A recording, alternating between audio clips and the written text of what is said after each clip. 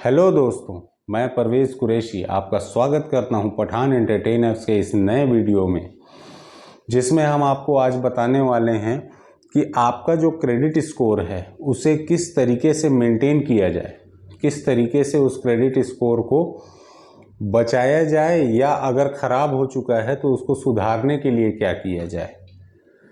तो दोस्तों, आज इस वीडियो में थोड़ी सी चीज़ें ऐसी हैं जिसको करना मुश्किल है लेकिन नामुमकिन नहीं।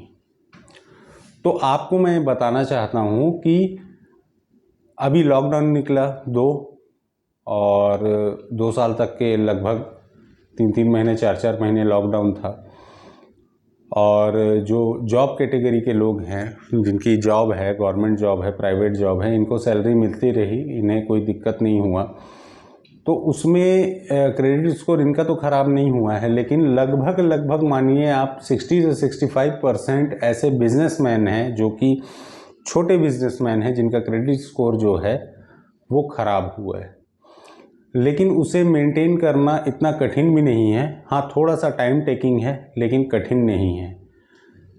वैसे तो मेरे हिसाब से गवर्नमेंट को इन 2 लॉकडाउन के बाद इस क्रेडिट स्कोर के लिए और छोटे व्यापारियों के लिए कम से कम इतना करना था कि उन्हें नया लोन मिल सके, ताकि वो अपने जो नुकसान हैं उसकी भरपाई कर सकें और अपना बिज़नेस एक नए सिरे से चालू कर सकें। लेकिन ऐसा हुआ नहीं, गवर्नमेंट ने इसके तरफ ध्यान नहीं दिया, लेकिन देना चाहिए था।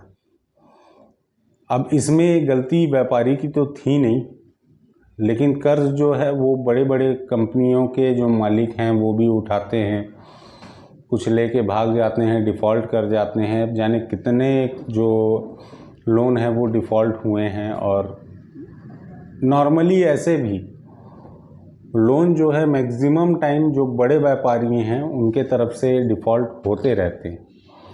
ये एक चलन भी चला था डिफ़ॉल्ट करने का लोन।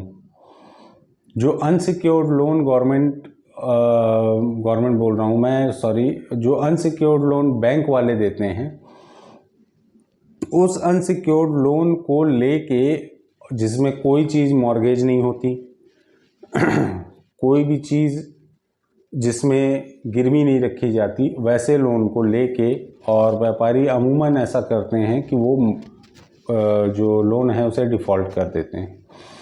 लेकिन डिफ़ॉल्ट किए जो लोन है उसकी भरपाई जो है उसे गवर्नमेंट को करना पड़ता है। तो व्यापारी जो बड़े लेवल के हैं, जिन्हें ज़्यादा आवश्यकता है नहीं, उनके लोन को अगर आप डिफ़ॉल्ट लोन को अगर गवर्नमेंट पटा रही है, उसको कर्ज़ को माफ़ कर रही है, और डिफ़ॉल्ट होने के बाद भी कई ऐसे व्यापारी हैं जो नए सिरे से सारी चीज़ें जो हैं इशू करवा के और नया लोन लेते हैं।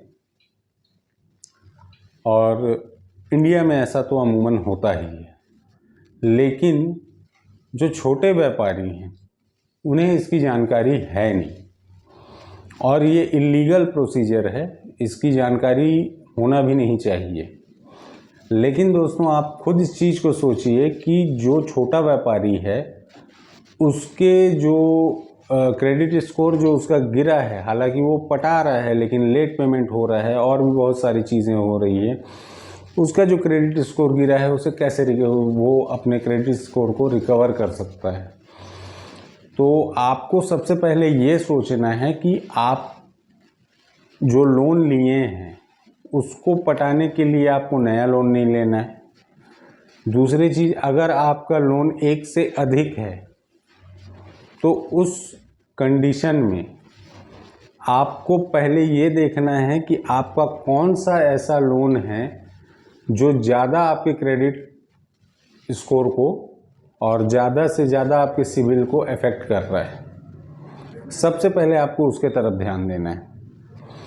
जो कम इफेक्ट कर रहा है उसमें भी रिपेमेंट कीजिए, और जो ज़्यादा इफेक्ट कर रहा है उसमें कुछ ज़्यादा रिपेमेंट करने की कोशिश करिए। दूसरी चीज़, रिपेमेंट तो एक है साधन, दूसरी चीज़ ये है कि आप जो महीने भर में जो अपने अकाउंट में एक स्टेटमेंट बनाते हैं, आप डेबिट क्रेडिट करते रहते हैं, तो उसमें आप ये ध्यान रखिए कि आपके अकाउंट का जो बैलेंस है वो मंथ स्टार्टिंग में और मंथ एंड में उसमें अमाउंट अबव 10,000 5,000 कुछ ना कुछ अमाउंट उसमें रहना चाहिए, जो कि एक जो है आपके क्रेडिट स्कोर को बढ़ाने में आपको मदद करता है। और कई ऐसा है कि देखिए आज के उसमें कई ऐसे बैंक हैं जो 650 क्रेडिट स्कोर है, सिबिल जो है वो 650 है, उसमें भी फाइनेंस करने के लिए तैयार रहते हैं, बशर्ते उनकी शर्त रहती है कि डिफ़ॉल्ट ना हुआ हो, लेट पेमेंट चल जाएगा, लोन डिफ़ॉल्ट नहीं हुआ होना चाहिए तो, और सूट फाइल वगैरह नहीं होना चाहिए, लेट पेमेंट चल जाएगा। लेकिन अगर उसको हम लोग मेंटेन करना चाहें तो हमको मंथ एंड में और मंथ स्टार्टिंग में, मतलब महीने की 1 तारीख और महीने के लास्ट तारीख, जैसे 30 तारीख 31 तारीख या फरवरी है तो 28 तारीख, इसमें आपके अकाउंट में बैलेंस मेंटेन होना चाहिए। ये भी चीज़ सिबिल में इफ़ेक्ट करता है।